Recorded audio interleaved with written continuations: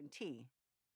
2 brothers were reasonably honest, but the eldest was devious, maybe even a swindler, though it pains me to say. They all worked for the eldest, building buildings in Tel Aviv in the 1930s.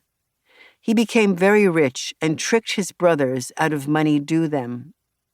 The swindler's daughter, who was very rich, grew up to be very stingy and greedy.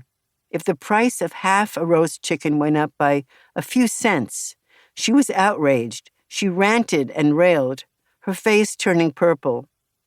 Her daughters, who were also very rich, grew up to be very stingy and greedy as well, so they fought over money and never spoke again. Belarus. In my mother's village in Belarus, the school teacher was anti-Semitic. It seemed strange because I thought everyone was Jewish in their village, but that was not the case at all. If the children misbehaved, they had to kneel in the corner and stay there for a very long time. My Aunt Shoshana was always misbehaving, always kneeling in the corner. She was unruly. When the family said they were going to Palestine, the teacher said, "Go to the rubbish Palestine." My grandmother cried for 2 days. My grandfather, who went to Palestine ahead of the family, ate an entire watermelon and got typhus. Pesach.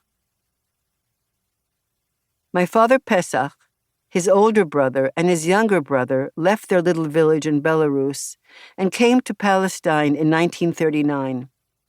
Their parents stayed behind, running their dry goods store, thinking nothing bad could possibly happen. Of course, they were all murdered in the Holocaust. My father joined an underground group fighting the British for the independence of Palestine. He had a job as a milkman. That was his cover. He delivered bottles of milk. I always thought there were bombs in the bottles, but of course it was just milk. I really don't know what he actually did, but something. After Israel became a state, my father became a diamond dealer. He wore fancy suits and traveled deluxe.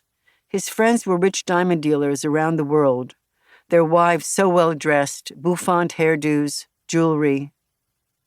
The older brother started a construction company, and one day, as a result of a freak accident on some machinery, had to have his foot amputated. After the older brother's foot was amputated, he became bitter and disheveled, unkempt and coarse. His wife was famous for serving unbearably dry chicken and rice. My father and his brother were not the best of friends. I don't know what the problem was. The younger brother, gentle and kind, had troubles. I don't know what they were. But they got worse, and he was despondent. One evening, he went out to the field with his gun and shot himself, tormented and then dead. By that time, we were living in the Bronx. My father got the telegram that his brother was dead. He walked wildly up and down the living room, holding the telegram in his hand, wearing only underwear and sobbing. I don't remember anyone going to comfort him. Not at all. Moshele dies in Palestine. Moshele was the son of Fanny. He was killed in the War of Independence. He was only 17. He was killed by the British. His mother could not cry. Everyone said to her, "Cry, Fanny. The worst has happened to you. Cry." But she couldn't cry. The entire city followed the funeral for Moshele. His body was in a jeep. Fanny spoke to her dead son. "Maybe you will get up."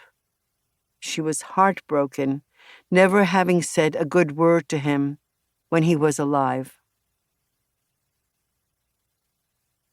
Mrs. Perlman's son. Mrs. Perlman's son also died in that war.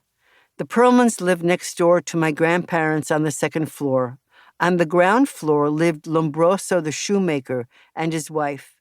They had a little son. One day my aunt and uncle took Lombroso's son to the beach.